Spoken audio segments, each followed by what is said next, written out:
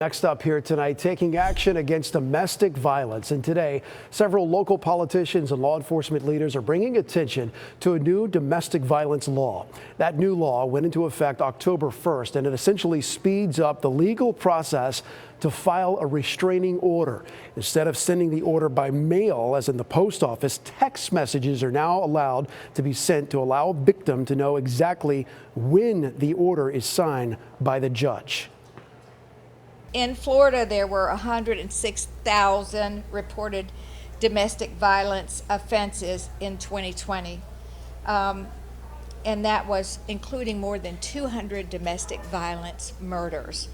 State Senator Janet Cruz there sponsored that bill and got it passed, and she says 3 out of every 4 who are killed by their abuser are murdered when they attempt to leave the abusive relationship. The hope is that by speeding up this process, it can save lives. And while the majority of domestic violence victims are women, tonight we're diving deeper into cases where men are the victims. It's rare, but it does happen, and sometimes with deadly outcomes. ABC Action News reporter Michael Paluska tonight looking at 2 high-profile cases with local connections. The knife entered Christian's chest in a downward angle to the depth of 3 inches. Miami, a social media influencer arrested. We are charging 26-year-old Courtney Taylor Clenny with 1 count of second-degree murder in Christian's death. Miami-Dade County State Attorney Catherine Fernandez-Rundle telling the media at an August news conference all the signs were there.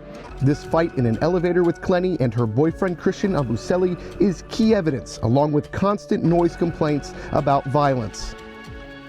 It was a homicide. In St. Petersburg, August 19th, Larry Jarrell is found inside the apartment he shared with his partner, Rhiannon Spicer, an eerily similar case where police say Jarrell was stabbed to death, the complaint showing that Spicer had a, quote, Google search history of, do you spend life in prison if you killed someone in self-defense? Our advocates often have a very tough time that sometimes in abusive relationships, sometimes it happens within a 24-hour period that we'll get both partners in the relationship that reach out to us for help. Christine Meister is the outreach program manager at the Spring of Tampa Bay. She did not comment on these 2 specific cases, but spoke in general about what she's experienced when it comes to domestic violence involving men as victims. People look at men when they're the victims and they make the assumption that the man did something wrong.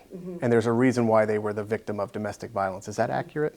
So I think a lot of times when men are victims, they face additional biases, and a lot of that has to do with gender norms.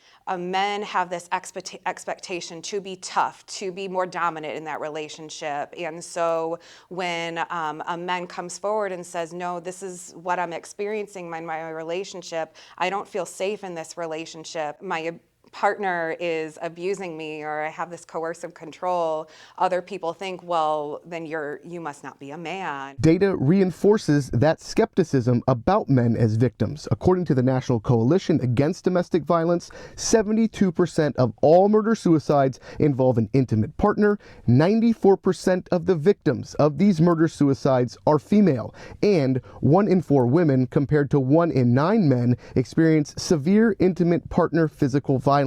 Our advocates have that very tough time of, let's put gender aside and really take a look at what is happening in this relationship.